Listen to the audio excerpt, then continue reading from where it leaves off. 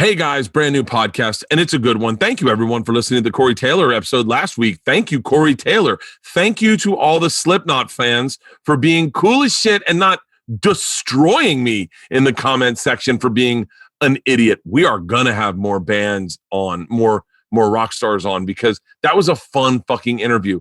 I have already reached out to someone we talked shit about on the podcast with Corey Taylor, and he is up for doing the podcast. Shout out to 311. Anyway, it's going to be fun. We're going to expand this. And once we get into the new studio, we're going to really have some real fun.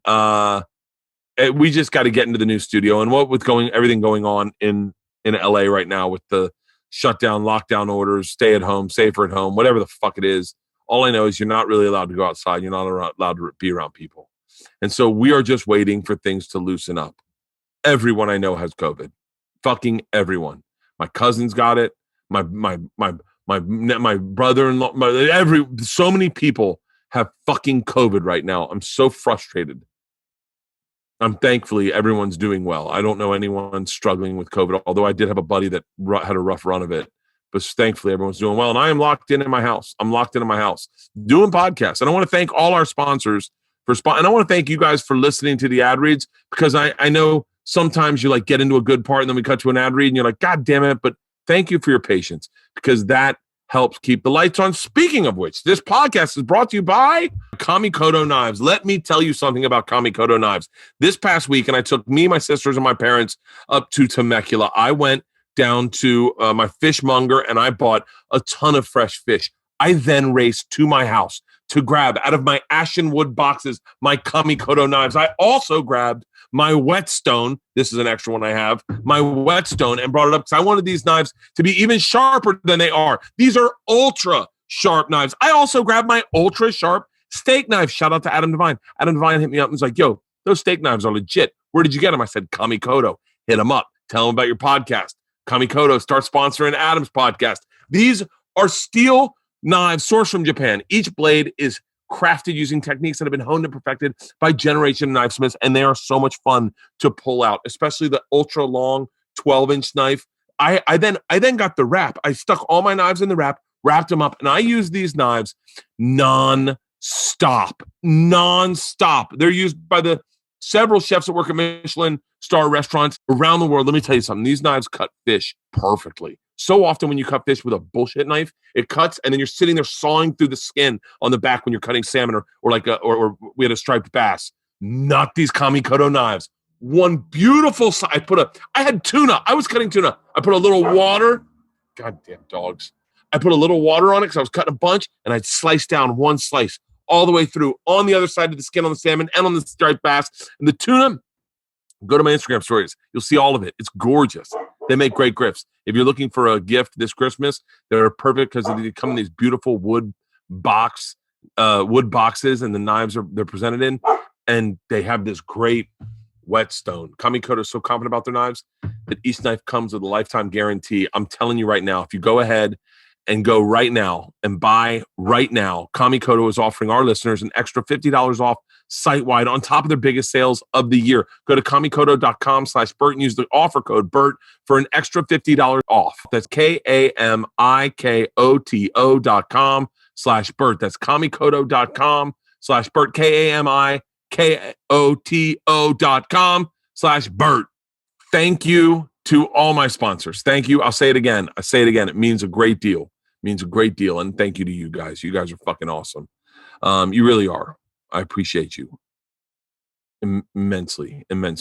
I am trying to lose weight. This Tommy's Fall. And we'll talk about Tommy's Fall. We didn't talk about on this 2 Bears, 1 Cave because we had already recorded it.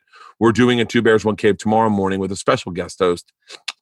Just say, I'm bringing my jeans, right? Is that a good hint? Is that who the guest host is? Anyway, we got a special guest host this week, and we will be talking in detail about what has gone on with Tommy, and it is intense.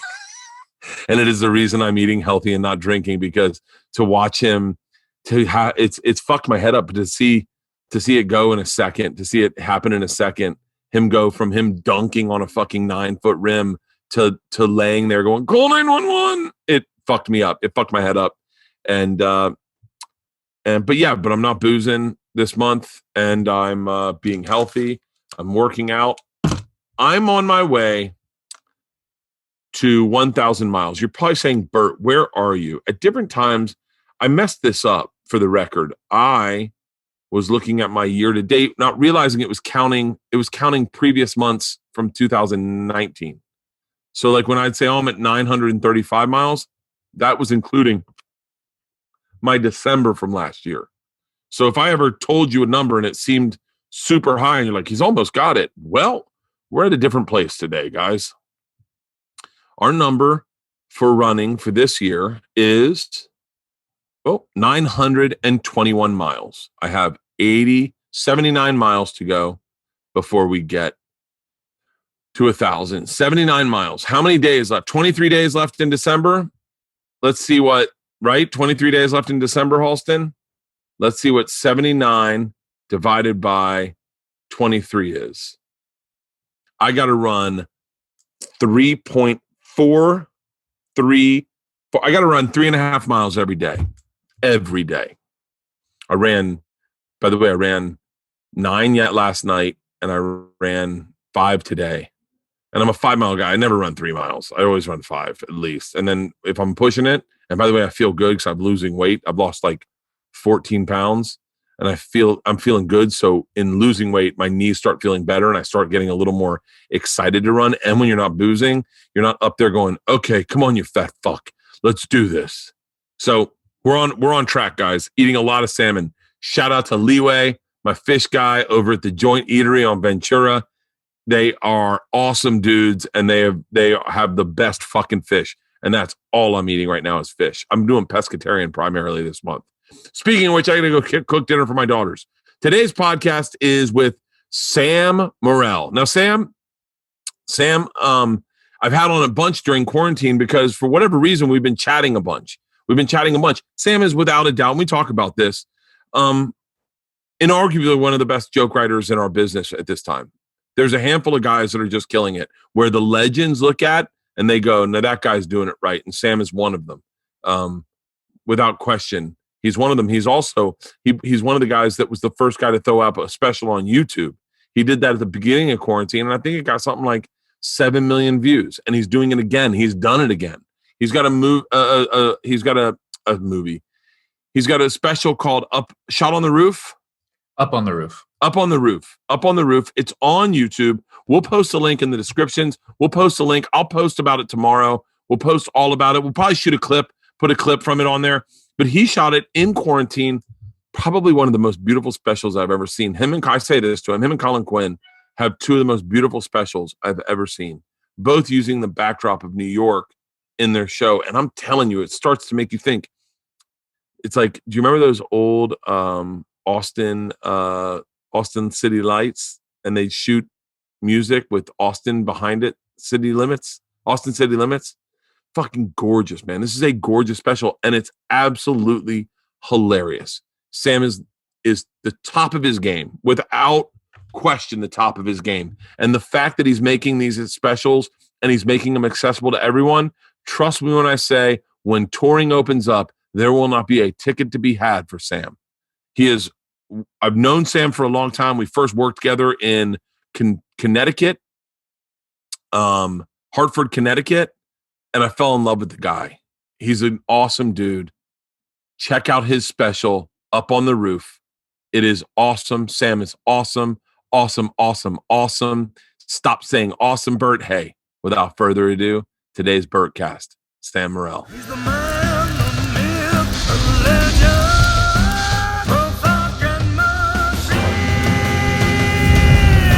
200,000 views on the new special, Sam. Congratulations. Thanks for posting, Bert. I appreciate it, man. No, I haven't even really posted much about it. I posted it once, but Segura did a big post about it. That was so nice of him, man. That was so fucking cool. Yeah, I mean, everyone, here's what I was wondering. Because I know you're kind of realistic. Like you're not a big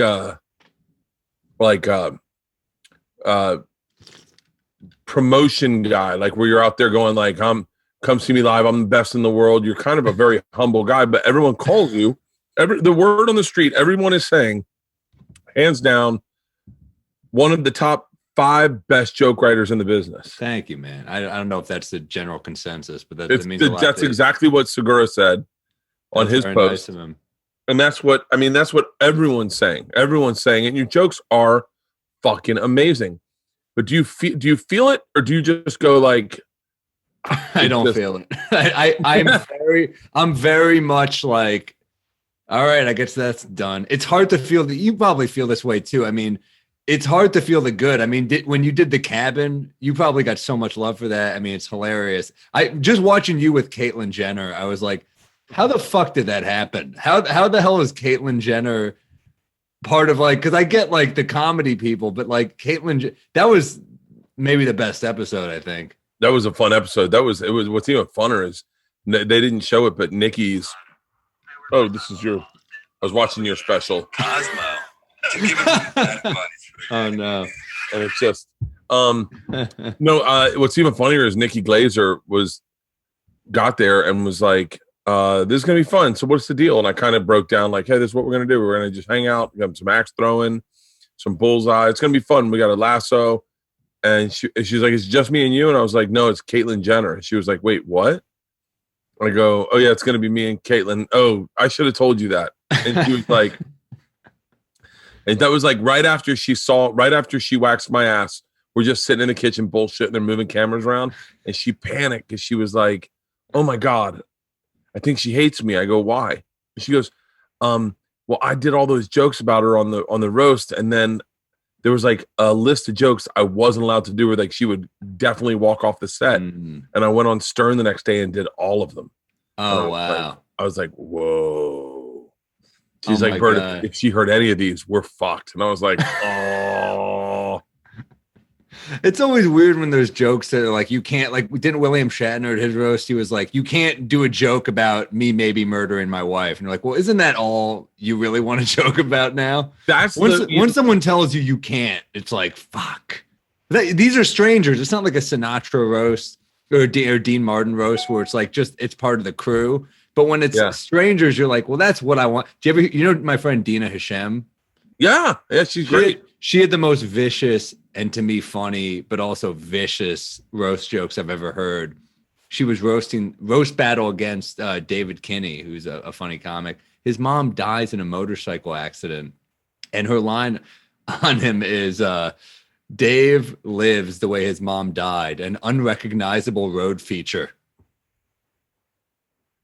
Oh, my God. That is like, I told that joke to Attell and he was like, God, keep it surface. Like, he's like, how about like how someone looks? You guys are like digging into people's past and it's the darkest shit. It's interesting how people feel about jokes, because jokes really are meant to kind of bring light to something serious. Like, I don't know if you've heard, but Elliot Page came out as trans. Trans was the word. Pronouns are he, they, and I start trying to write jokes like real quick. What can I write? And then I read his statement, and it's like I'm terrified of the jokes that are going to be made. And you're like, oh, I'm not trying to hurt your feelings. I'm just trying to make a joke about it. Like, I'm not here to like. But that's who we are. It's so funny that this is like the biggest moment in their life, and you're like, all right, what can I do with this? You know what I mean? Like, and it's like, how can I not mock it? But like I started. I'm in the shower. I just read it, and I'm like, and I'm a huge fan of Umbrella Academy. Oh, okay. I haven't seen it. I'm a fan of hers. I think she's great. Awesome. Or he now is great. Yeah. Easy. But dude, oh shit, I'm already canceled. It's too late for me. I want to do a joke about God damn it, stop. Now you got me doing it. He said, you're not going to be canceled. I think if I read this correct, he said, you're not going to be canceled for misgendering me or something to that effect. But he was like, just be mindful that I'm a human. And I was like, oh yeah. And then I started going, so wait, is the point of, I'm never trying to dehumanize somebody, but my instinct is to write the joke. Yeah, I wanted to do a bit about that. Like I did a gig in Naples, Florida, and the guy running the gig wanted to be called. He said he wanted to be called Captain. He's like, "Oh, call me Captain." I was like, "Well, are you a captain?" He said, "No," and I was like, Well, I guess that to me, that's like where I draw the line. Like if you're a he or a she or a we or a they or whatever, I'm like, that's cool. But like, I don't want you to skip a rank. That seems like unfair to me. Like you get to just like you don't get to just get skills. That's something that you work for. That's like bullshit, you know? So that was like one angle I thought of. I'm thinking of other angles. Like I have a lot of trans jokes in this special, but I don't think any of them are me. I have a trans cousin. So that was like a thing. My mom was, of course, you know, for her, it's all about safety. I think like anyone in family, when you're like, oh, I hope they feel safe and good. Yeah. So like none of the jokes, like you're another guy where you're like, none of your jokes are malicious. You're like I don't have any, I don't, good guy. I don't have any intent to hurt someone's feelings ever. That's like my big goal. Because when you're young, I think when you're young, you're like, I want to be the edgiest guy out there. And then you walk a few people and you're like, oh, wow, I just turned what they were hoping was a great night into one of the top 5 worst nights of their life. And you're like, yeah, that's a big deal. Intention. That's a bit. I was always trying to write Caitlyn Jenner jokes back in the day. I think I had one like back in the day where it was like Caitlyn Jenner. People would say like one was like how people were like, she's, you know, brave. It's like weird to me when people are considered like, if I get my eyebrows done, my friends are like, you're a fucking pussy. But if I were to like become a woman, they're like, you're a hero. You're very brave. Like it's like all about, you got to go all in on it. You know what I mean? Yeah. That's another one. But you do have to go all in on it. If you're going to go those angles, you got to, Tosh was brilliant at that. Yes. And like really just overdoing it. Not caring. Like really not caring. And there is something super refreshing about a guy who says something like you're in his kitchen and he's eating cereal. Yes. You know? Yeah. Yeah. It's important to just, with those jokes, like you can't half-ass it. You got to go hard. And Tosh really is a master at that. I mean, he had so many good jokes about where he was just he came off as just heartless and you knew, but because he's so heartless, you know, it's a joke. Yeah. I love this joke. I love Tosh's joke about, how he went to see a kid at Make-A-Wish and they told him that Kevin Durant was his first choice. Like that fucking premise alone is like, you know, he's a decent guy because he's going to Make-A-Wish. Yeah. But like Tosh should go, and to this day, I don't know if he was fucking with me. Like giving the kid the laugh on you is so funny to me. I think I think his stand-up is kind of underappreciated. I think it's really underappreciated. I think it's really underappreciated. Yeah. You look at those specials and it's like none of them really popped the way that other people's specials have popped them. And on Comedy Central, that's why though. I mean, when you're on TV, you know how it goes. It's like you did a Comedy Central special, right? I think so. I don't know. Isn't that crazy? The king of comedy could not break comedians. Yeah. Even Kevin Hart's special, I think, was on Comedy Central.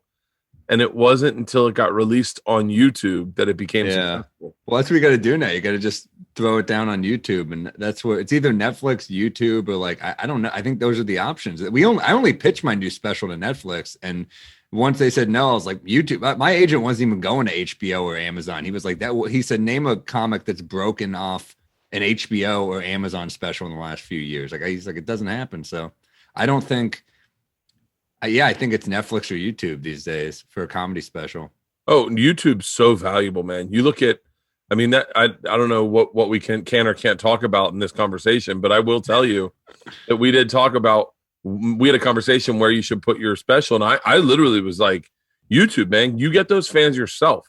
Like those fans come to you and then they subscribe to your channel. And then you just, look, they may not love you, but there's a lot of people I'm subscribed to that I don't watch every day. But if something interesting that they've done pops up, I'll check it out. Yeah. And they're in my front page every time I click on YouTube. Yeah, that's a good point. Yeah, just putting shit out into the world too. Like, you know, this was definitely like the last special was definitely the most stressful special because it was on roofs. I mean, I was shooting on the rooftop. So it wasn't like every time there was something would go wrong every night. I didn't realize I should shoot a special in a pandemic until I did a gig in the backyard.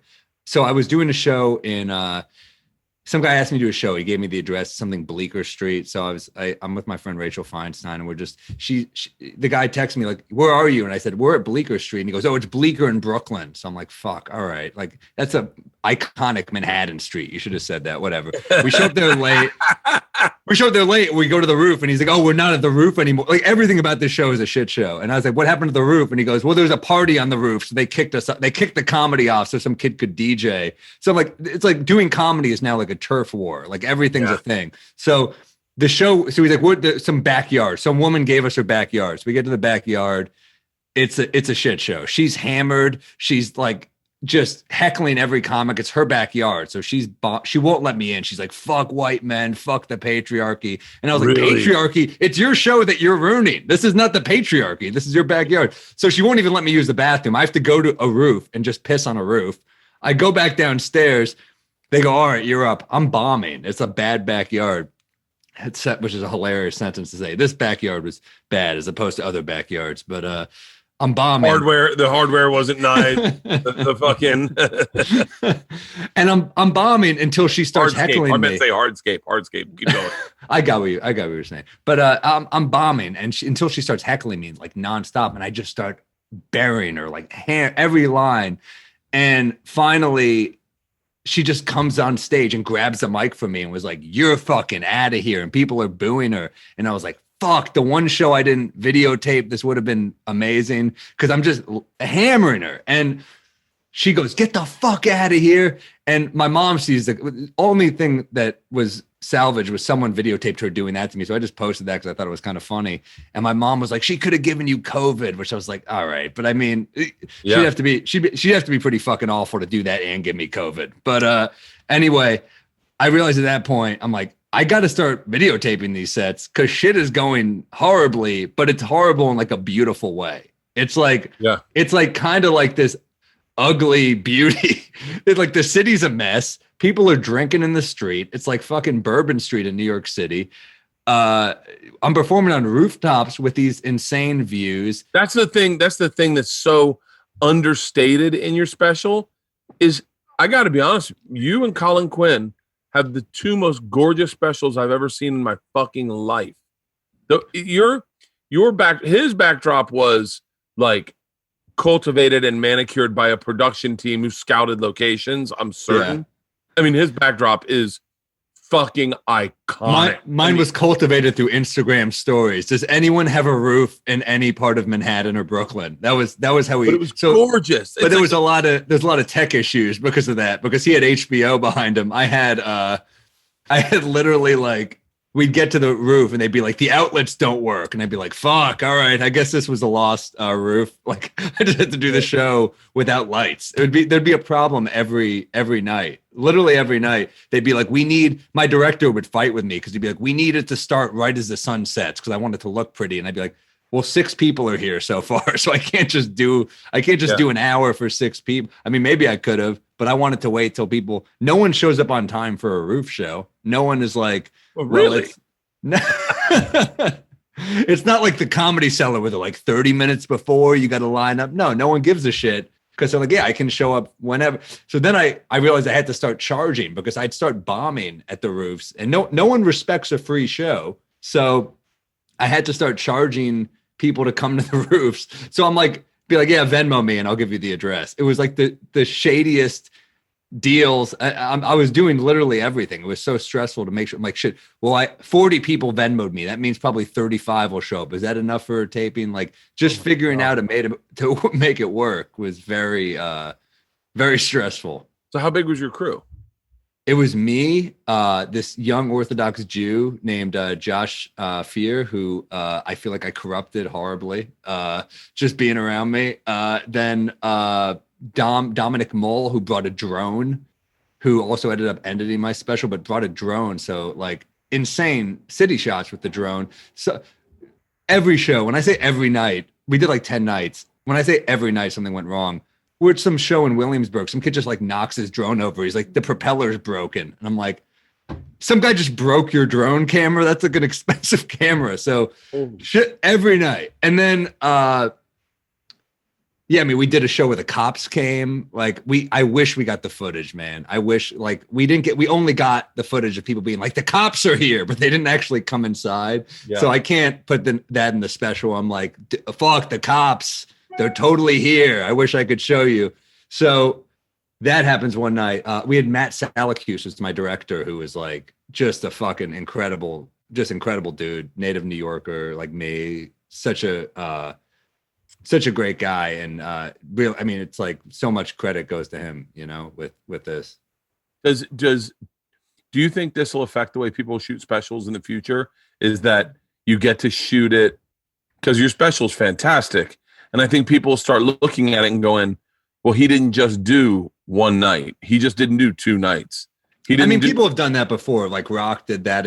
Attell did that with Road Work. Rock did it, but like Rock kind of did it where he like was like, here's the trick we do in one of his specials. Chris Rock's special was like, he would repeat the punchline, which I don't want to do that. I think it's cool that he did something different, but I like the illusion. It's almost like magicians giving away the trick. I like the illusion that everything is spontaneous and, like obviously I riffed a lot of it was improvised, but I had some jokes obviously. And, you come with jokes, but, I like the idea.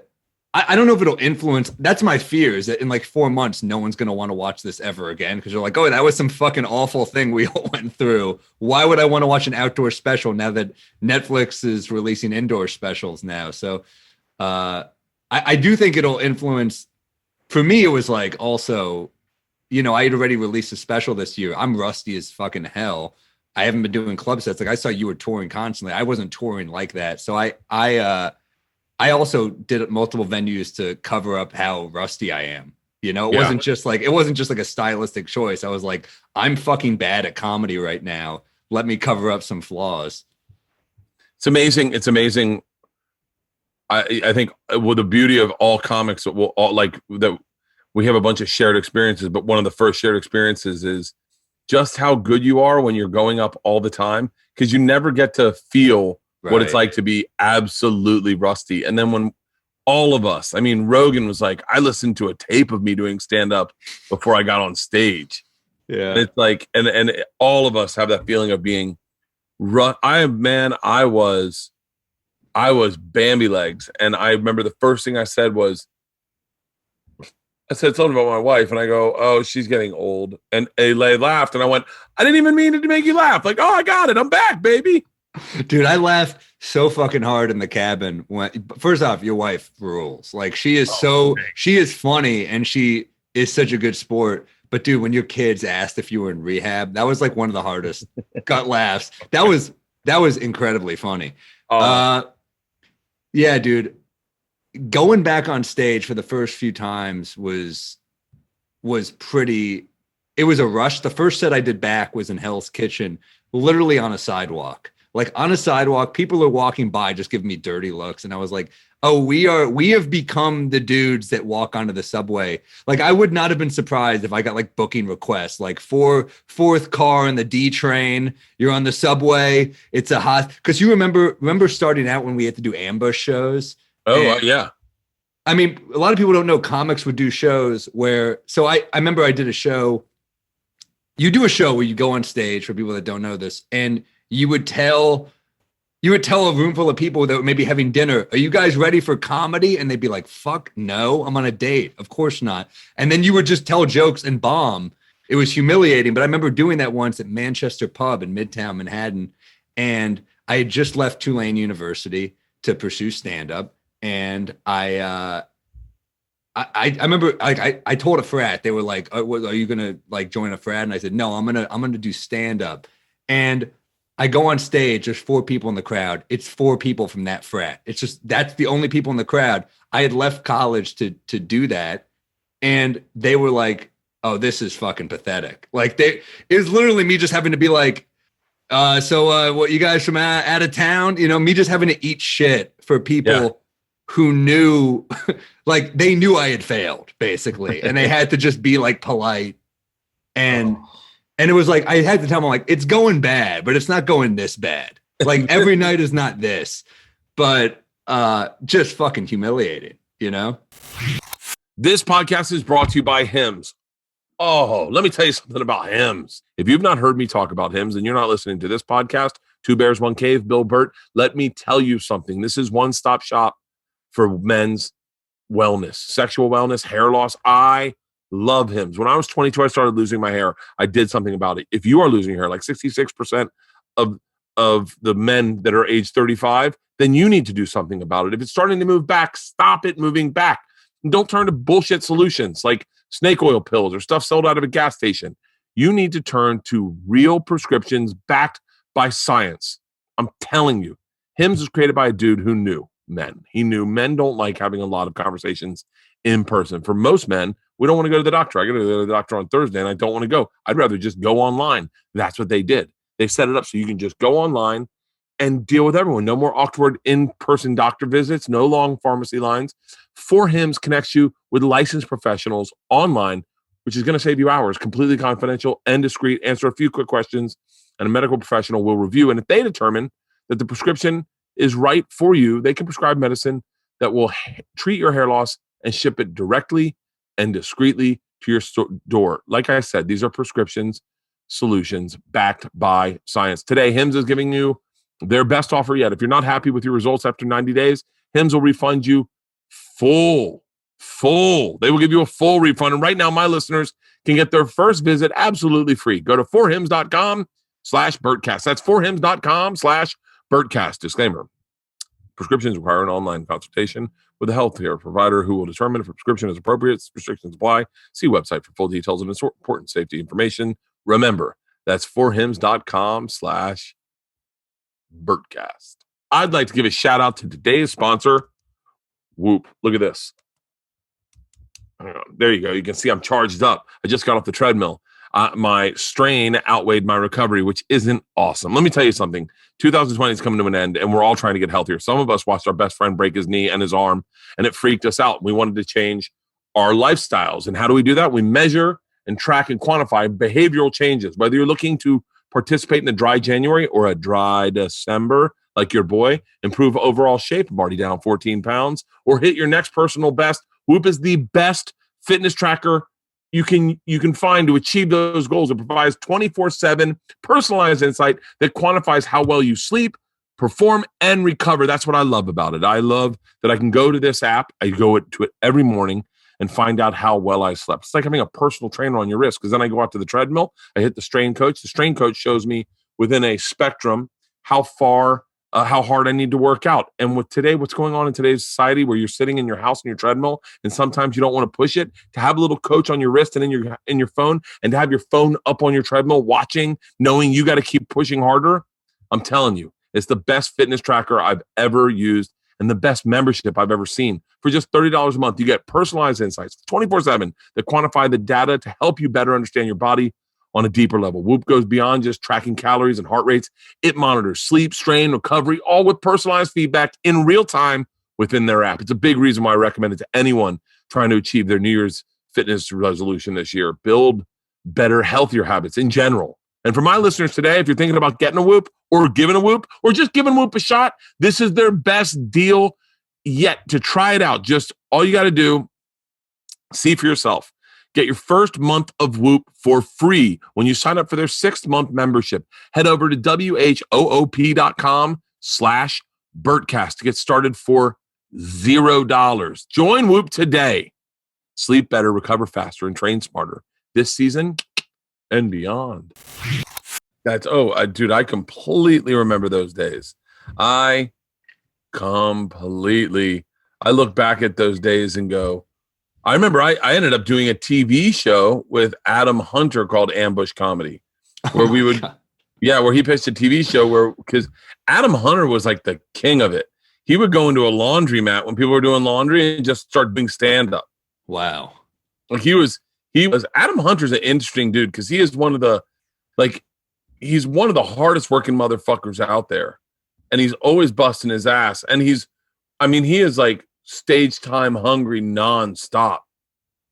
So interesting. Were you guys sharing info about what gigs were open? Was there like a text chain going on, or was it like feast and famine where they were like, because I can imagine Mark Norman being like, I got a gig, I'm not going to tell anyone about this one. This is just me. Norman was, we would text a little bit about which gigs to do.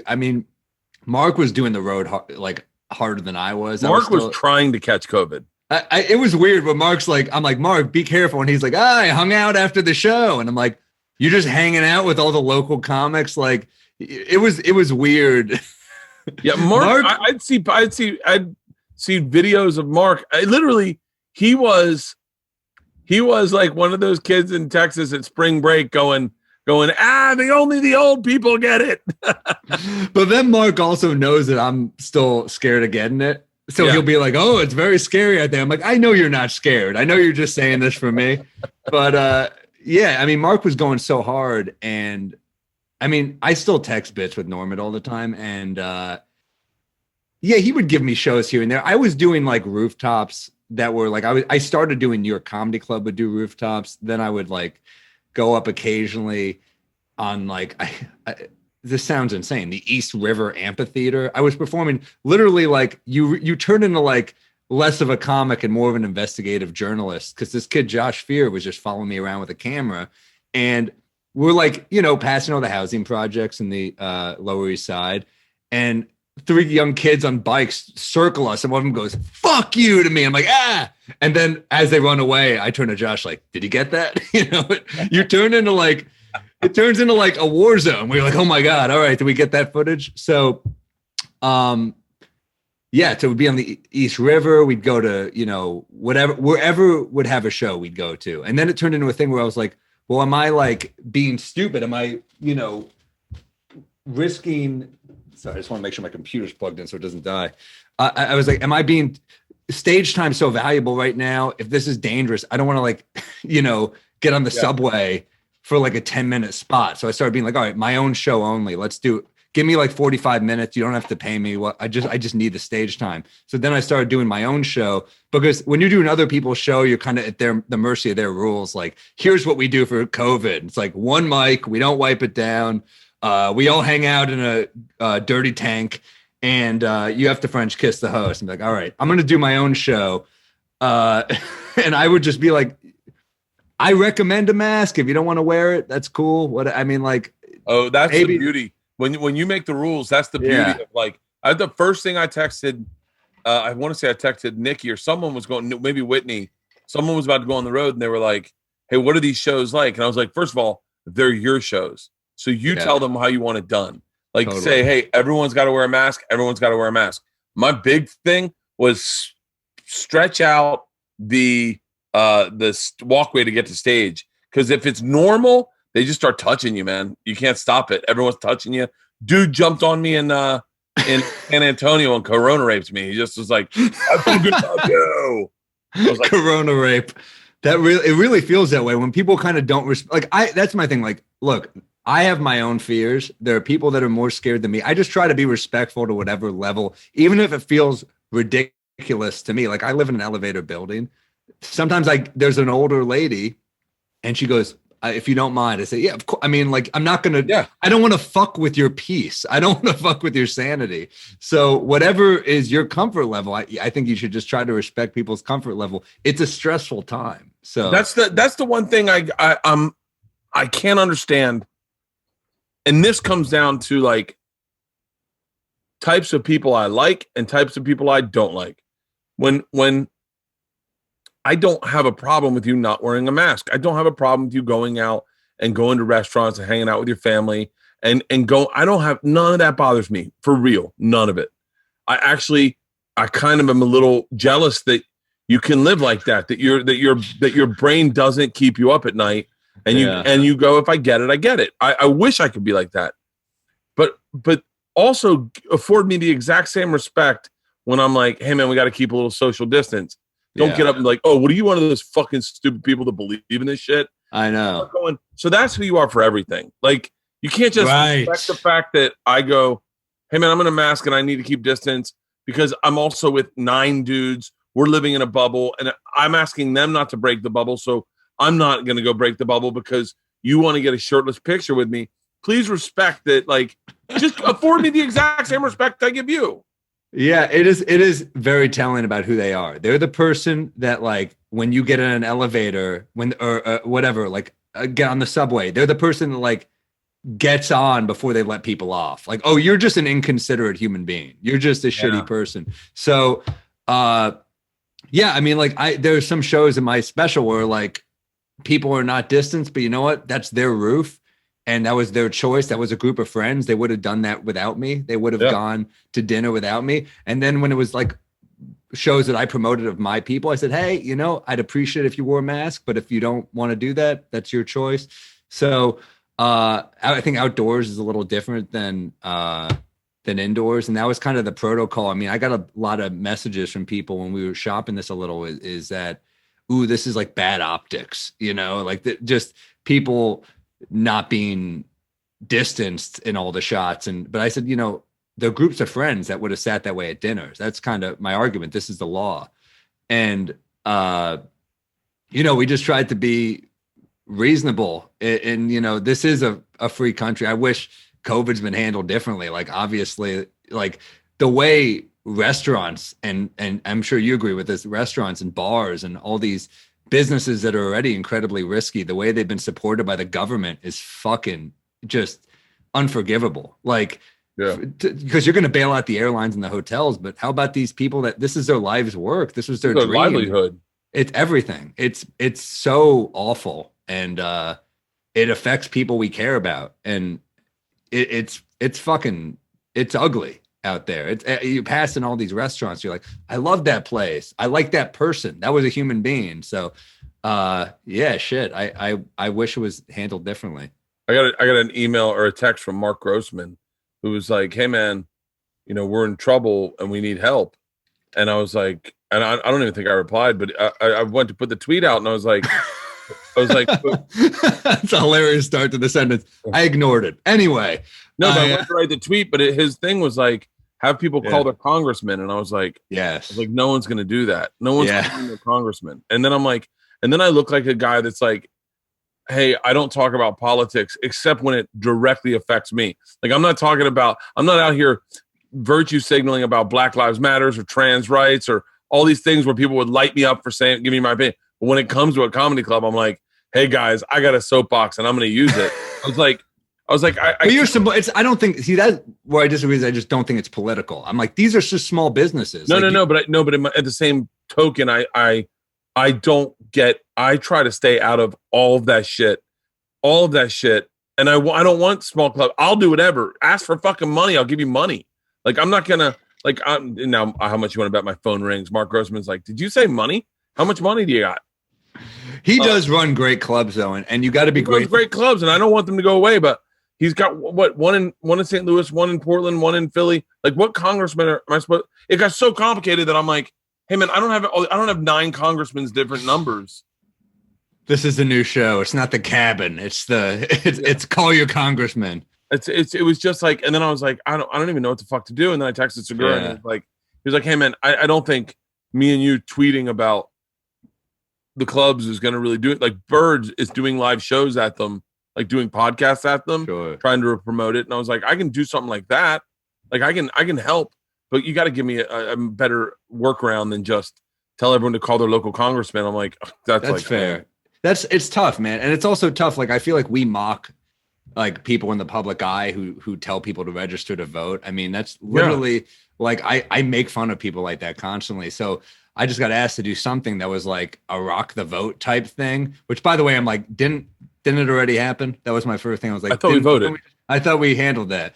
But I mean, I just got to think about that. And I was like, I feel like it's kind of hypocritical of me to do something like that, being like, register now to people, when I'm like, kind of like, is it not just laughable when celebrities, I mean, and I'm not a celebrity, but when celebrities do fucking shit like that, when you saw that Imagine video and you're like, well, this set us all back.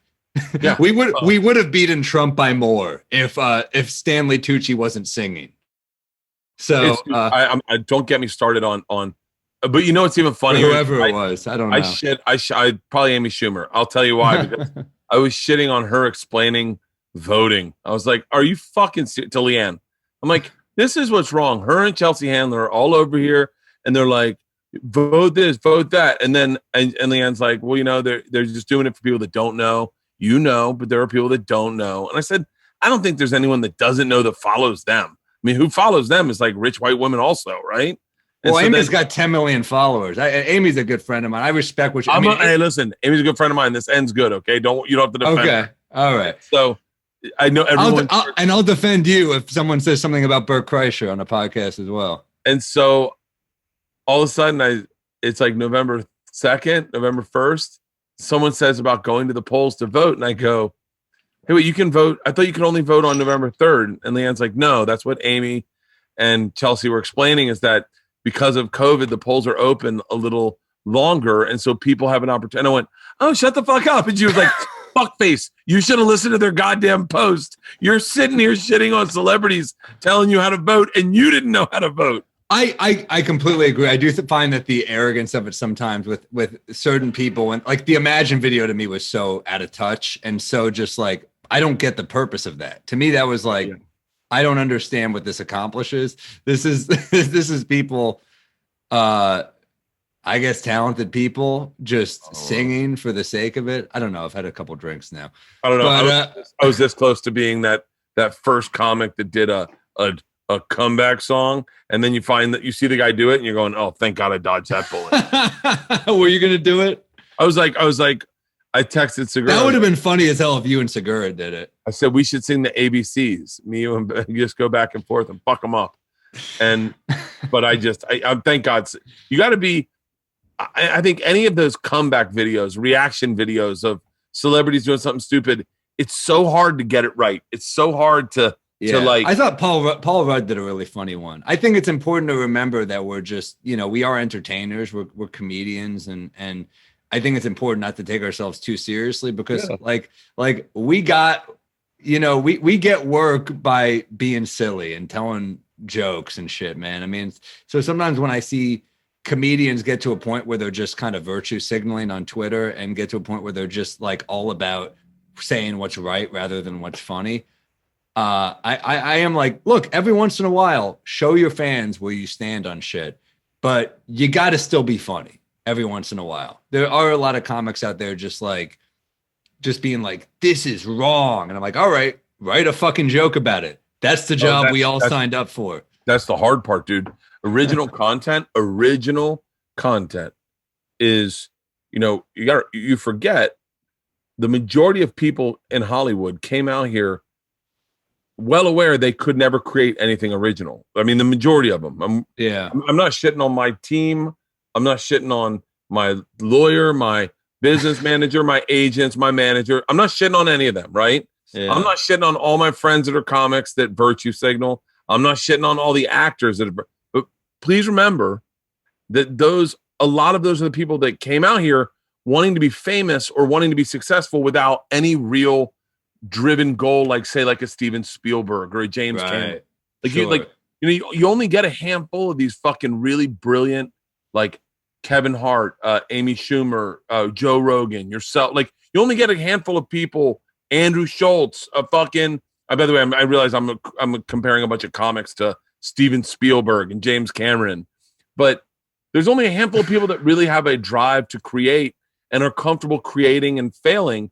And then you get a lot of actors. I can think of one dude right now that I follow him on Twitter, and I hate read his tweets. He's a very talented actor, but he is not a funny individual, but he plays in funny movies, but he's not funny. And all he does is slam Trump every single day. And you're like, that is not, I think he dislikes Trump has been so bad for comedy because Trump is already like, it's tough with jokes when you start already at the most extreme. Like that's the problem with Trump is like, everyone's like making like, it just annoys me. Like the responses to when people like sincerely respond to Trump on Twitter, like you're terrible. And it's like, I know, but it's like, what do you, he is trolling you. He is a fucking professional troll at this point. Oh, by the way, he is just doing what Reagan did. I'm watching this documentary on Reagan because Reagan's the first president I ever remember. Like I remember Jimmy Carter as our president, but I don't really remember him. I remember Reagan being elected. I remember that. Reagan was the one who coined the term "Make America Great Again." If you want to succeed as a Republican, channel Reagan in any way. Channel Reagan, dog whistle racism, tell rich people they're going to get richer, fucking run the economy up. Trump did I mean, and it was protect and tell the white suburbans that the suburbs are going away, a la Nixon. That is your other move. Yeah, man. I mean, it's going to be weird. It feels like Trump, you know what it feels like is like Biden is like a lame dad and Trump is a drunk uncle. You know what I mean? Where it's like, the lame dad is annoying, but it's better to live with a lame dad than a drunk uncle. Yeah. You're right. I would much rather, I mean, listen, don't get me wrong. If we're going on vacation, Trump is more fun than Biden. If I'm going out partying, I want to party with Trump. But if I'm living in a home, look, you don't want to live in a frat house forever. You know, you don't want to be the old guy at the bar. By the way, I didn't realize, just going back to your cabinet thing, man, you do a lot. Like I know you're a busy guy, but then I think about like, you have a family, you're a good dad, you're a good husband. You put out specials, you do your podcast, you're out all the time, you hang out, you have friendships. Like, dude, when do you fucking sleep? I sleep pretty hard. I sleep pretty aggressively. Greg Fitzsimmons changed. That's how a busy guy describes sleep, though. You go, I sleep hard. That's a fucking busy dude. Greg Fitzsimmons made my life so much easier one night. We were sitting at the store, and I was having a drink, and I said, I got to get the fuck out of here. And he said, why? And I said, I got to get up with my kids. And he goes, why? I said, well, I like to get up with them. And he goes, you do that all the time? I said, yeah. And he goes, how old are they? And they were like, I want to say like 8th grade and 6th grade. And he was like, or maybe it was a little younger. Maybe it was like 5th grade and 3rd grade or 6th grade. And he goes, you do that every time? I go, I try to. And he goes, don't they know you're a comedian? And I said, what do you mean? He goes, you're a comedian. Like, this is your job. Like, you're allowed to sleep like a regular human being. You don't have to be like a Superman. He was like, my kids know. And he goes, my kids are a little older, but they know dad's a comedian. This is what dad does. I'm not sleeping because I've been out, because Greg has not been out partying. I'm sleeping because I got in late, because my job means that I got to stay out late. That's my job. And he said it very candidly. He wasn't saying like being a dick. And I started realizing, yeah, I can, every now and then I can just go, hey, dad's sleeping in till 10. Like I'm gonna sleep in. I'm gonna miss getting up with hilarious. You guys. I mean, that is for me not even sleeping in. Like 10 is like, I'm like, fuck 10. I'm gonna try to be better. I mean, now since the pandemic, I've been better because I'm not doing like 1:10 a.m. cellar spots anymore. So I mean, the world just shuts down. That's the saddest part about New York to me right now is like New York's not dead, but like it's closing down early. Like New York's not dead, but it feels a little suburban. Like not being able to go to the bodega past 11, I'm like, are you fucking kidding me? Like that's why I'm here. I'm not here to shut down at 11. So that's the hard part for me. And it's hard to be creative when you're not in constant motion and you're not doing shit. Like, I'm doing podcasts. I'm like, what am I going to talk about? Watching The Crown on fucking Netflix? Like, I'm used to doing shit.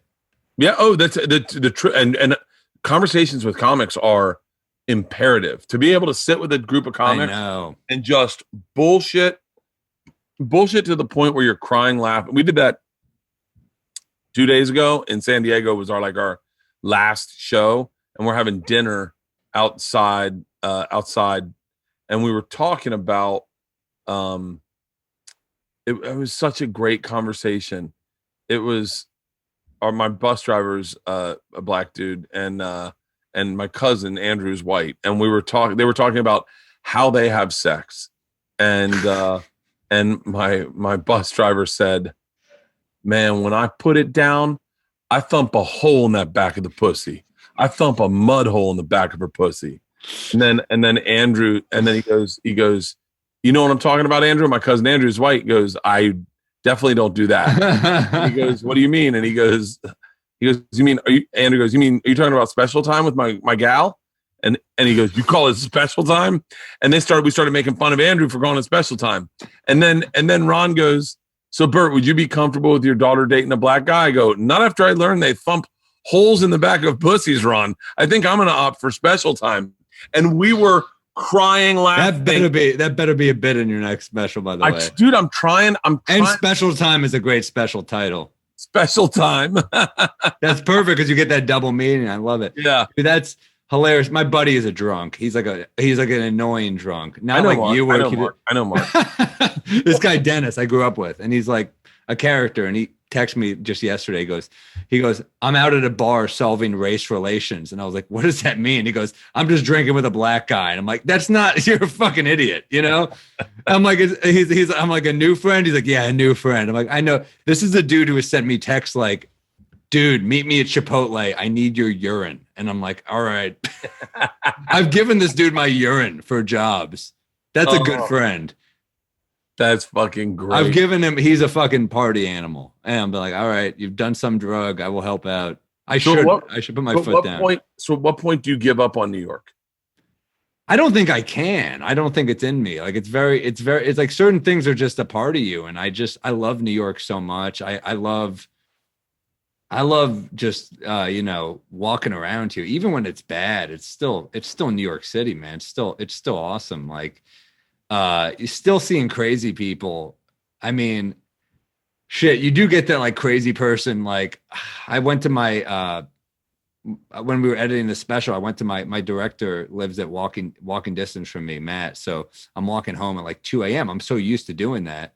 And you do get a more aggressive form of, guy approaching you late at night. So this guy, you're getting a lot of the same pickup line where it's like, hey man, can we talk? I need to ask you something. And it's like, you feel like a hot girl at a bar, but like, that you're about to get mugged. So I'm like, oh, I'm good, man. Thank you. You have to just keep being like, no, it's not like he's going to ask me something valuable. So you have to be like, yes. Okay. Thank you. I'll keep going. So that there is like a more hectic energy for sure, where you're like, all right, I'm not used to keeping my guard up. I'm used to just kind of walking, checking my phone, spacing out, maybe some jazz playing. And now I'm like, all right, I got to pay attention a little more. So that in that way, New York is maybe slightly more dangerous, but I mean, sometimes danger is good. Like think of all the good people are like, when New York's going back to 1968 to 1980, I think it was fucking, what's his name? Some Ben Shapiro said that, someone like that. And I was like, all right, so we're going to get some good movies. Cause that was like fucking right. Midnight Cowboy and, like Taxi Driver. Yeah. We're getting a lot of good movies again. Godfather. Are you looking for the ultimate stocking stuffer this holiday season? Stop looking. Look no further, because our sponsor Manscaped has the tools to make you look like a winner with this year's hot stocking stuffers or even white elephant competition. Manscaped is the only brand dedicated to below the waist grooming and hygiene products. And great news, they just released their products across Europe, Canada, and Australia. They have so much stuff to throw into a stocking stuffer. They got the Crop Preserver Ball Deodorant, kind of speaks for itself. The Crop Reviver Ball Toner, that's a spray-on toner. You give your balls a little slice of heaven with aloe vera and hazel extract. Crop cleanser. By the way, all this stuff I thought of when I was like 27, but I didn't have the insight the way they did to make it a reality. Did I say 1997? 1997, I was like, my balls need help. That's right when I started shaving my balls. They've got the Crop Mop Ball Wipe, which you never know when opportunity is going to strike. You need a little. By the way, I have a great, I just realized I have a great Manscaped bit in my new act. I wonder if I can get Manscaped. It'd be weird if I got Manscaped to sponsor my new special. The foot duster, foot deodorant, designed to give those stinky feet fresh smells. The weed whacker, ear, nose, and hair trimmer. I'll tell you what I love the most is they've got the best nail clippers I've ever had. They've got a little nail packet thing that I have everywhere. Those and ear hairs, those weed whacker nose and ear hair trimmers are fantastic. And you shove them in. And let's not forget about the best trimmer for your butt balls and body, the Lawnmower 3.0, offering a replaceable ceramic blade with advanced skin-safe technology, which definitely reduces grooming accidents. Get 20% off plus free shipping at manscaped.com with the code BERT. Whether it's for your partner, your dad, your brother, your friend, get them something they're going to actually use this year. Get 20% off and free shipping at manscaped.com with the promo code BERT. Be the ballsiest gift giver this year with Manscaped. The holidays are just around the corner, and if you're looking for a way to stay connected with loved ones during the holidays, look no further. Skylight Frame. Skylight Frame hits it out of the park. We bought them for my mom, my dad, my Uncle Jerry, my Aunt Loretta, my Aunt Judy, my sisters Annie and Cotty, my brother-in-law Mike, my brother-in-law's mom, my friends the campers. That's 4 families. And here's what's beautiful. Skylight Frame is a photo frame that you can update instantly by email from anywhere. You just email a picture and then it goes right to their frame. And then it gets put in their rotation. So we have different emails that we send to my parents versus my sisters versus our friends.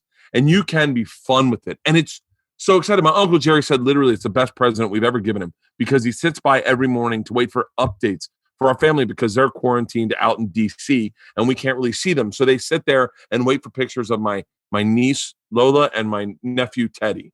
It's a great way to feel close to those when you're so separated. It sets up super easy and effortlessly in just 60 seconds. All you got to do, plug it in, touch screen, connects it wirelessly to your network, and then you send photos to the Skylight. It's super easy, super effortless. Everyone in the family can just email them to their personal Skylight email address, and it pops up in seconds. Multiple people can send photos to the frame, and it's a great way for large groups to stay in touch. I love it, and they're gorgeous. They have a 10-inch touch screen. They come in black frame and a white mat.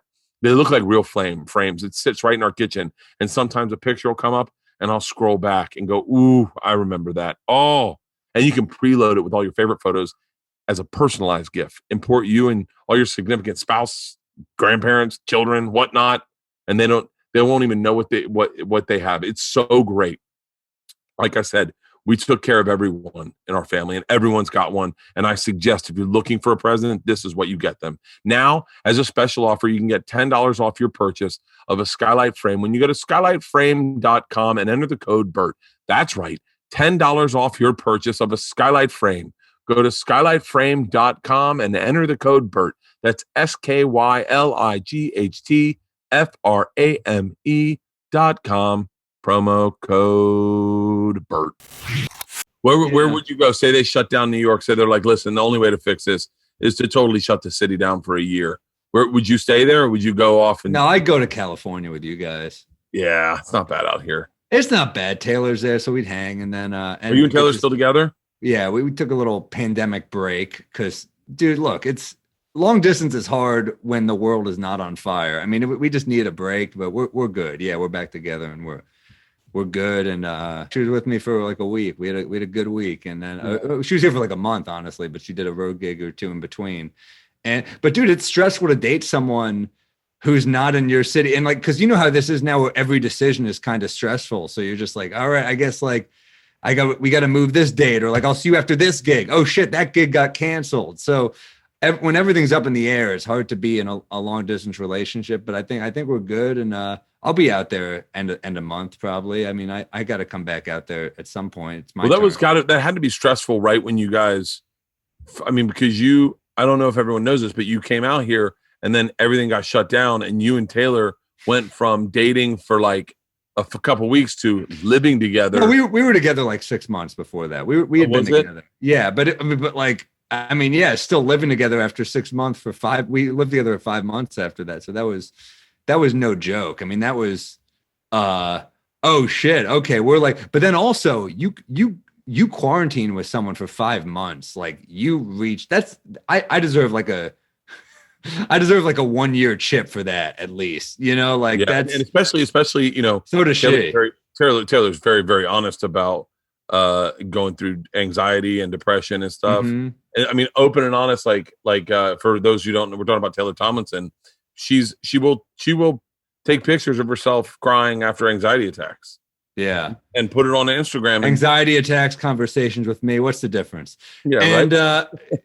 no, she is very open about it, and it's cool as hell, man. I love it about her. So she's open and honest, and she's a fucking workhorse. She's been on the road like we have, and she's been, she's just in Raleigh. She was just in Rhode Island. She was working on her new stuff, and it's tough when you're just like, okay, well, I guess in a pandemic, we got to stay at each other's place for like at least a minimum a month. Like you don't want to be just traveling like an asshole. Yeah. And, so I'll probably be out there for a while just because, LA is hard for me. I don't drive.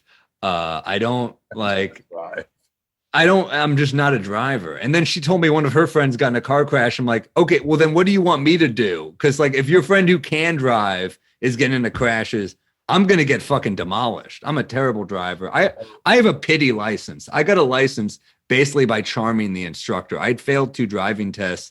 And then I get the instructor and I just said, please don't fail me. I've already failed twice. And she laughed. And I was like, I got her. I got her on my side. I hit a cone. She still passed me.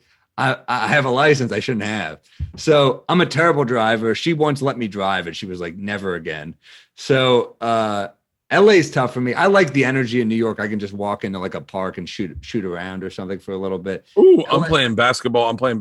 I'm upset you didn't pick me, dude. I want to be on your team. Oh, no. We're going to do that. Tom and I are playing. I probably shouldn't say this. It's one-on-one, right? Yeah, we're going to play right now. Can you hoop? Are you good? You know, I was good as a kid. I was never good. That's the weird thing about basketball is like you're either good, like it's almost got to be a natural thing. Like the workhorse basketball player isn't. I don't think is a real thing. Larry Bird was just good. You know? Oh, dude, no. It's hilarious when people are like he was just white. I'm like, watch some. He would fucking kick ass in today's game, dude. He could shoot. He was crafty. Like that dude. He was also. I mean, he had to retire early because he was just so tough. He fucked his back up. Yeah, but so when I was in 6th grade, maybe 6th grade, I fell in love with basketball. Fell in love with it, and got a hoop up at my house, and I played every day. I played every single day. I loved it, but I was never good. Like my big crux was like it wasn't until like 9th grade that I could put a ball over my head and shoot. Like I always had to shoot down here. And so is baseball your sport? I bet you're good at baseball. baseball. Yeah, I could just see you cracking a ball. I could definitely see that. I have baseball is my sport. Baseball, I can play baseball, golf. Are you good at golf? Yeah, I'm pretty good at golf, but not like that's another, the other difference is like golf allows a huge spectrum of good, right? So like obviously there's Tiger Woods, and then there's actually guys, anyone that can hit, and I know this is going to maybe sound like I don't know what I'm talking about, but I do. Anyone that can hit within 18 strokes of Tiger Woods could play golf with Tiger Woods, and you wouldn't notice someone was that much worse. Yeah. Does that make sense? Like if you played bogey golf, you're just missing an extra putt every hole. But ultimately, if you're going to play bogey golf, you're in and around the green, on the green in regulation or around regulation every time. So that 18 strokes, oddly enough, you can't tell the biggest difference in you can obviously you can you can in the quality of poon they're pulling in though. I mean, that 18 stroke guy is not banging bottle service girls. And listen, anyone who's in within 8 strokes of Tiger Woods is a legit fucking golfer. And so that's when I say basketball is such an interesting sport because there is a threshold with which you can't compete at all. You're actually no longer. Yeah. It's actually you're not even playing basketball. You're just a guy taking up space on a court.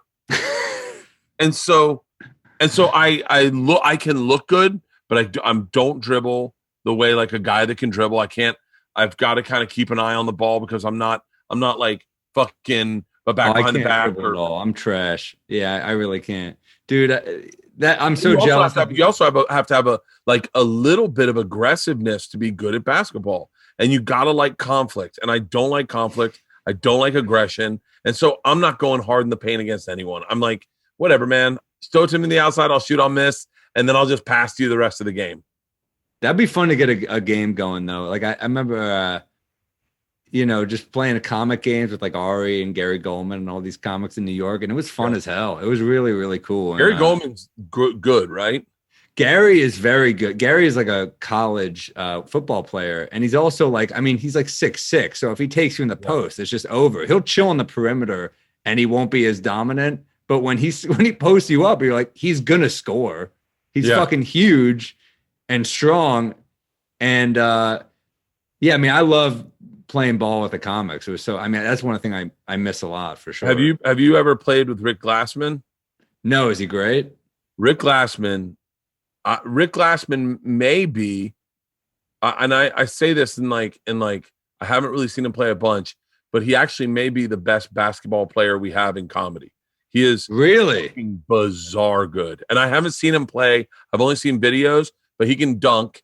He's wow. I think he's like 6'3", 6'4". He can dunk, and he was so good that and this is the thing about basketball. He only knows one speed, and that is I'm going to compete. I'm not here.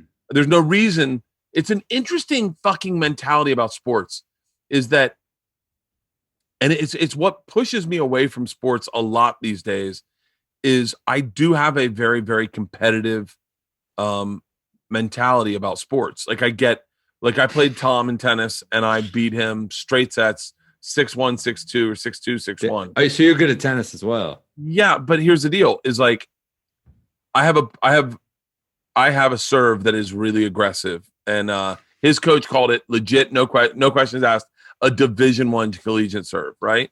Damn. So yeah, I serve really well, and it's really hard to return, and so there's a fine line where I go, now, how are you going to ask me to play? Do you want me to play like shit so that we can compete? Or do you want to compete? No, I want you to be you. So that's you want me to compete and then beat you. I played tennis against a girl I was dating in college, and I just beat the living shit out of her. And she goes, well, it's no fun. And I go, well, then let's not play a game. Let's just hit around. And she goes, well, I want to play you. And I was like, well, you want to, I'm confused. You want to play me, but you want to win? She goes, well, I want to win sometimes. And I went, so you want me to throw it? Like I can throw it and be like, I missed the ball. Is that what you're looking for? She was like, no, you're just beating me. And I was like, I'm so confused. Like, and so that mentality in my brain, I think Rick Glassman has, and I think guys that and when you play basketball, you have to have that. There's no other. It's not. You can shoot around with Chris DiStefano back in the day. I think Chris DiStefano's okay. Chris DiStefano might be one of the best basketball players out there too. He's not in like basketball shape anymore, but his jump shot is still just like fucking money. I remember we did a private thing for Bleacher Report, and it was like me, DiStefano, Roy Wood, Giannis, and afterwards it was like us and the staff, and we all played knockout. And it came down to me and Chris, and I was like, I'm not missing. I'm hitting every shot, and the one shot I missed, Chris just won't miss. So I'm like, I have to hit every shot. He's behind me. How do you play knockout? It's like, you all shoot free throws, and if you miss, you got to tap it. You got to put it in, and then you run behind the person. But Chris doesn't miss a shot. So I'm like, I know once I miss, he's going to hit it. So I knew I was on borrowed time. Chris is an athlete. As soon as we talked about basketball and Two Bears, everyone hit me up, and they're like, bro, you forgot about ... And I was like, fuck. And you're the number one guy I forgot about, I think. Oh, no, Chris is the number one guy. Chris is way better than me, though. Chris, you, Rick Glassman, Gary Goldman, and Whitney Cummings. Is Whitney good at basketball? She's fucking legit, bro. Really? Like, no joke. I think she played semi-pro in Europe. What? Oh, yeah. Whitney can legit fucking play basketball. Legit. That's hilarious. She has videos of her shooting free throws in her backyard where she's sinking like 25 in a row. Wow. Just like this, just boom, boom. Damn. And she's got what I call, and this is a very obscure reference, she's got Raleigh Massimino fundamentals. Like Raleigh Massimino had these old school fundamentals that he talks. I went to basketball camp and everything, where it was like there's a certain way to shoot a free throw. It's got to start at your feet, come up, and pop out. And Whitney's got like legit fundamentals. Interesting. I did not know that. That's awesome. That's fucking hilarious. Yeah, it's interesting about we should do literally a series. We got to do some stuff. That'd be so fun to do like comics. It'd be fun to do like comic 3-on-3 and record the shit talking. Like the way they used to do that show on MTV where it was just like comics talking, or it was like street ballers talking shit. But if we did that with comics and we kind of like balanced out the skill, how fucking fun would that be? I tell you, well, I'll tell you how interesting it's going to be. Here's the other problem is that someone told me one time, sports are only good on television if you're an expert at them. They're like anything below an expert really shines. Like it really shines how bad you are. And me and Tom recorded ourselves playing tennis, and it was so hard to watch. Really? Watching your parents fuck. It was like,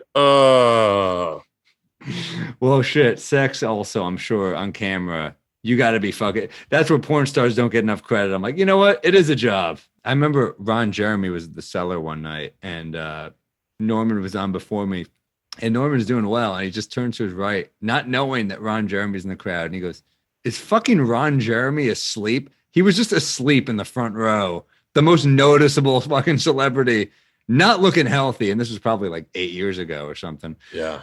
And like Ron Jeremy, and shit, man. I mean, That guy's in jail now forever, I think. oh my God, that's right. Yeah, he's in jail, I think. It's got to be crazy to be like a porn star, but it was almost like an ironic porn star. Yeah, dude. I mean, he was like a fat, hairy Jewish guy. That's not that's like what you do as a joke, but then he had a huge dick. So I guess it's kind of like, I guess it works. It's like he like beat the system, kind of. And then to age, I guess, I don't know. I mean, like I'm not fans of any. I mean, I'm fans. I take that back. I'm fans.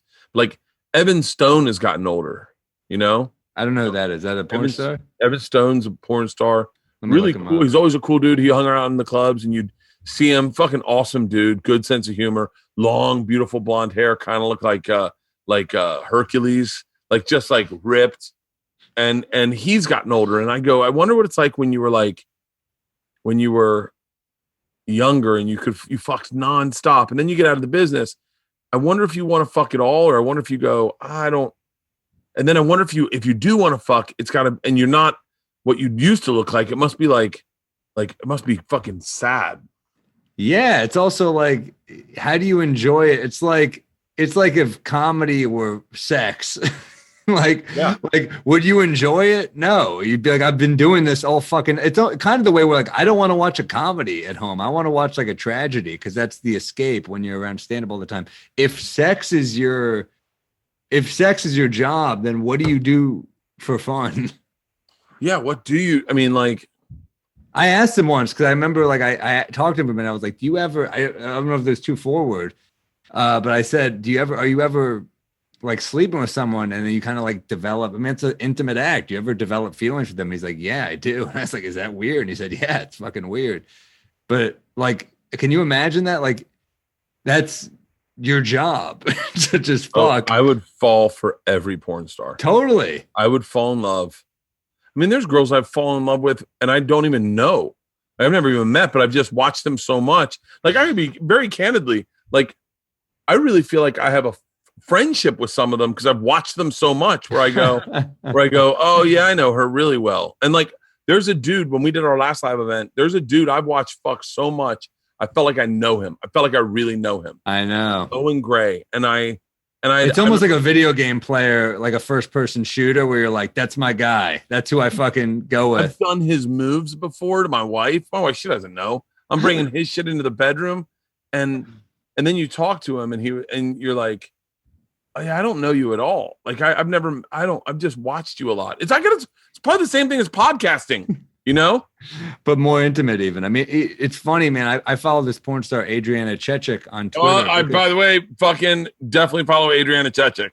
I've never, like, I don't know her stuff. I just like, she retweeted a porn bit of mine. I was like defending porn where I kind of just, I said like porn is nicer to women than women's magazines, because in porn you're not fat, you're a big beautiful woman, you're not old, you're mature, you're not covered in semen, you're getting a facial. That was the gist of the bit. So She follows me, retweets it, and I was like, oh, I should follow her back. All right, so I'll just be in the grocery store like scrolling Twitter for jokes, and then she posts something of like taking 2 cocks, and I'm like, this is not the time to see this shit. You forget you're following someone like that. Well, like, I'm just used to like comics, like writing silly jokes, but porn stars are like, oh, this is your job. So the Adrian Chechik goes hard in the fucking paint, man.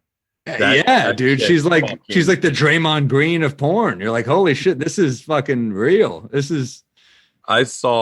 I didn't know she was before. I think I'm stuck in like a time loop from when I started jacking off. So all the porn I've ever seen, it's like, well, that's still my person, you know? So like, you know what she is? She's like the comic that releases specials on YouTube versus like the older comic that's like, I'll just sell it to HBO Go, HBO Max. Like, she does She's shit. me? She does shit. Yeah, she's young and she's coming after it. And she's gonna fucking take the title. She does shit where I go, I saw one time she was swapping cum with another girl just back and forth. And Oh I'm just my like, God. and she has great fucking teeth. And all I could think was, did the orthodontist that took those braces off go, well, they're perfect. Time to go. Like 5 years, 10 years from now, you're going to be swapping cum with another chick. I feel like, yeah, I mean, shit, man. I mean, Perfect teeth. She has great does teeth. she? And, yeah, and I mean, she's very attractive. I've heard from industry insiders, she is a wild woman. I mean, yeah, she's like a porn star. It's like, that's already, I mean, once you're doing porn and posting clips, I'm like, you're way more crazy than I am, for sure. You're way more wild, Some guy hit me up. He goes, go. By the way, the guy that I'm talking about, I think it's this guy. I don't want to say his name, so I don't want to blow up his spot, but the guy who directs porn, who's going to do our stuff for us, I should just leave this all out. Don't worry about it. Fuck it. Because if Halston needs to take that other stuff out, I don't want to have to be tethered. But all I'll say is Adrian Chechik goes fucking hard in the paint. I've never actually watched one of her videos. I just see the tweet. But it's good crazy. stuff's on Evil Angel. That one of my friends sent me a link and was like, and said, Google Adrian Chechik. He's like, just so you know, on her OnlyFans page, she blows Uber drivers. And I was like, okay. Jesus Christ. I was like, that's a lot. All I can think of is Brody Stevens used to drive Uber. I was like, how great would that video be? I mean, shit, man. That's their lucky day, I guess. I mean, that's weird that it's like, I guess you already pay, because that's like the type of thing you would probably comp. You know what I mean? Yeah, like that's like an automatic payment. But if you're that Uber driver, you're like, I wish I could just not charge you. Maybe no tip. I don't know. But, I saw porn one time that I think about every now and then. I'll see if I can. I don't know if I can find it, but I'll text it to you. It was a girl humiliating. I think it was predominantly Middle Eastern men.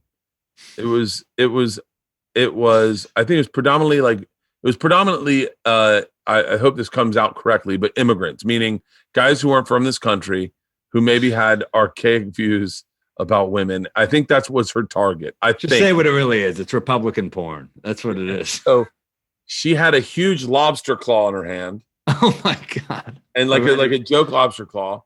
And she Yeah. was dressed, I think she was sexy, dressed real sexy. And maybe she'd show her tits and she'd be like, pull your dick off. I'll jerk you off. And they were like, huh? And she's like, pull your dick out. I'll jerk you off. And then they were like, okay.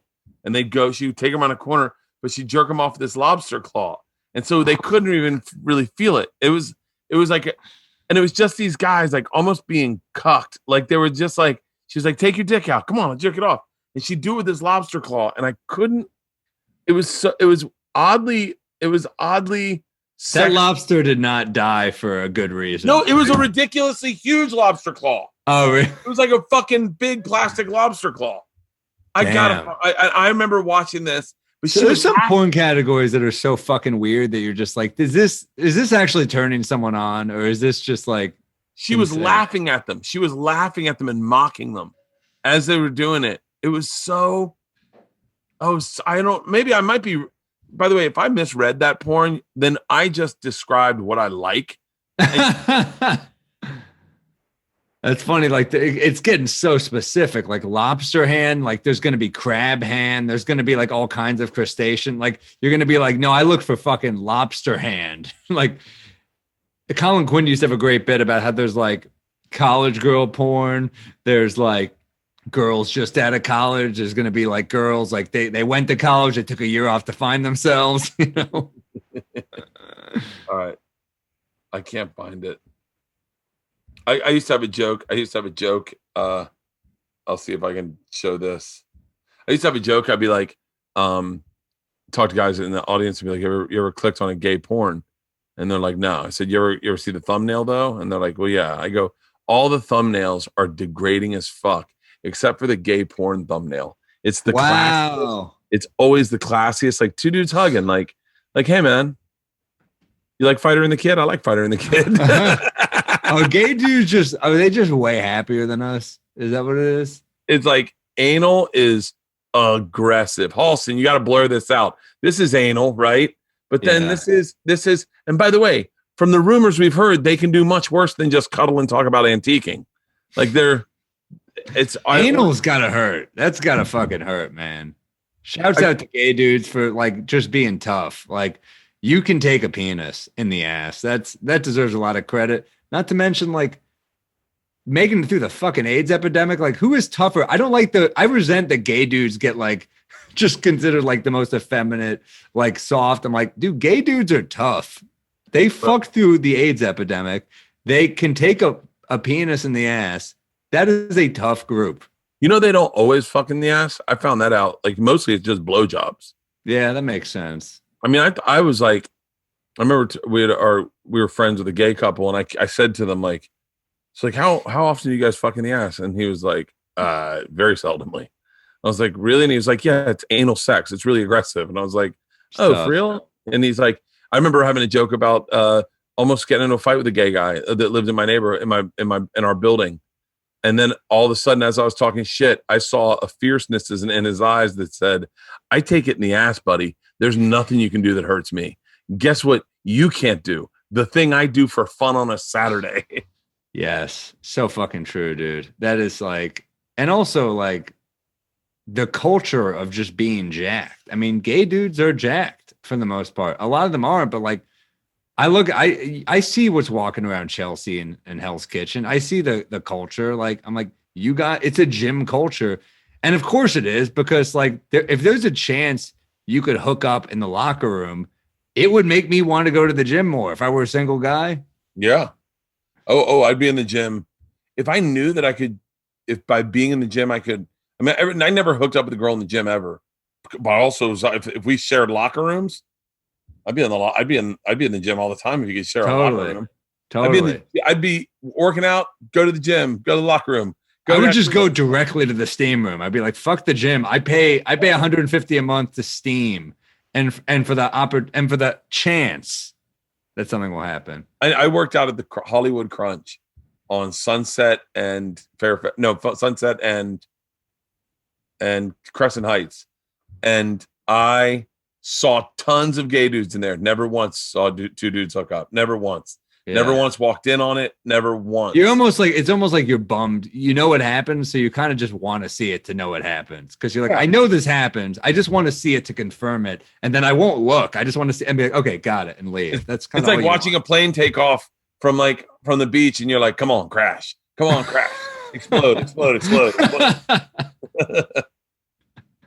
I had a joke about I don't watch Fox News for the same reasons I don't watch gay porn. I'm afraid I'm going to like it. But the thing about a joke that I think is so great is that the original, what was the original one? I look at Fox News the same way I look at I forget what it was, but it was totally a pedophile joke. And everyone was like, whoa. And I was like, wait, what? You guys didn't have long-haired, blonde-haired boys on the beach that you thought were chicks, and then we're like, oh wait, that's a dude, and everyone's like, don't know what you're talking about. And I was like, never mind. There is definitely like, yeah, I mean, there's a type of gay dude on Fox News, and you're just like, all right, bow tie. There's an anger behind that bow tie for sure. Yeah, man. It's funny that Fox News is going to like move to be more moderate now because there's like Newsmax. So it's like nothing stays where it is. You adapt to what like your viewers are going to want. It's so fucking weird, man. Hey, what shoes do I wear to play basketball? Just get basketball shoes. I rock those James Harden sneakers because they're low tops, but they're pretty good, man. I don't know. I have Nike SB Dunks. Those are like style shoes. Those aren't like basketball. But that's all I have. Oh, dude, just go on. I'll send you a link. No. I'm going to play basketball in 30 minutes. You're wearing. I don't want you to sprain an ankle or something. Just can I wear like shoes that you would wear to play tennis? I would not. I would definitely not. All right. Be careful, man. We're gonna have to end this podcast. I got to go through my closet and fucking text you pictures of my shoes. Do it. I'm here, man. But what about Nike Blazers? Like those Nike Blazer ones? Are those? I think those are lifestyle shoes. Yeah, be careful, man. Just get back. Just get them for the support. You can wear low tops now, but they make them for basketball. Fuck. I'm fucked. All Don't right. get hurt, man. Be careful. You don't want to sprain. That's what Tom said. He goes, the number one injury for dudes our age is basketball. Yeah, dude. And tearing an ACL or an Achilles. Don't be careful, because I know you're an athlete, but you're not wearing the right shoe. You're gonna fuck yourself up. So get the Cool. right shoe. Cool. I can't wait. Well, Sam, it was good talking to you, brother. Congratulations on the special. Thank you so much for having me, man. It's awesome. Everyone can go find it on YouTube. There will be an ad at the front of this to let everyone know exactly where to get it. It's awesome. And congrats on the cabin and on. I know you're gonna put something awesome together from all those tour videos and tour pictures. So I can't wait to see what you do with that. Well, yeah, we'll see. We'll see. It'll be on my YouTube page. Awesome, brother. Wish me luck. I definitely will, man. Stay safe. It's great to see you. Awesome, man. Hey, I'll talk to you later, Sam. Take care, buddy. All right. Talk soon.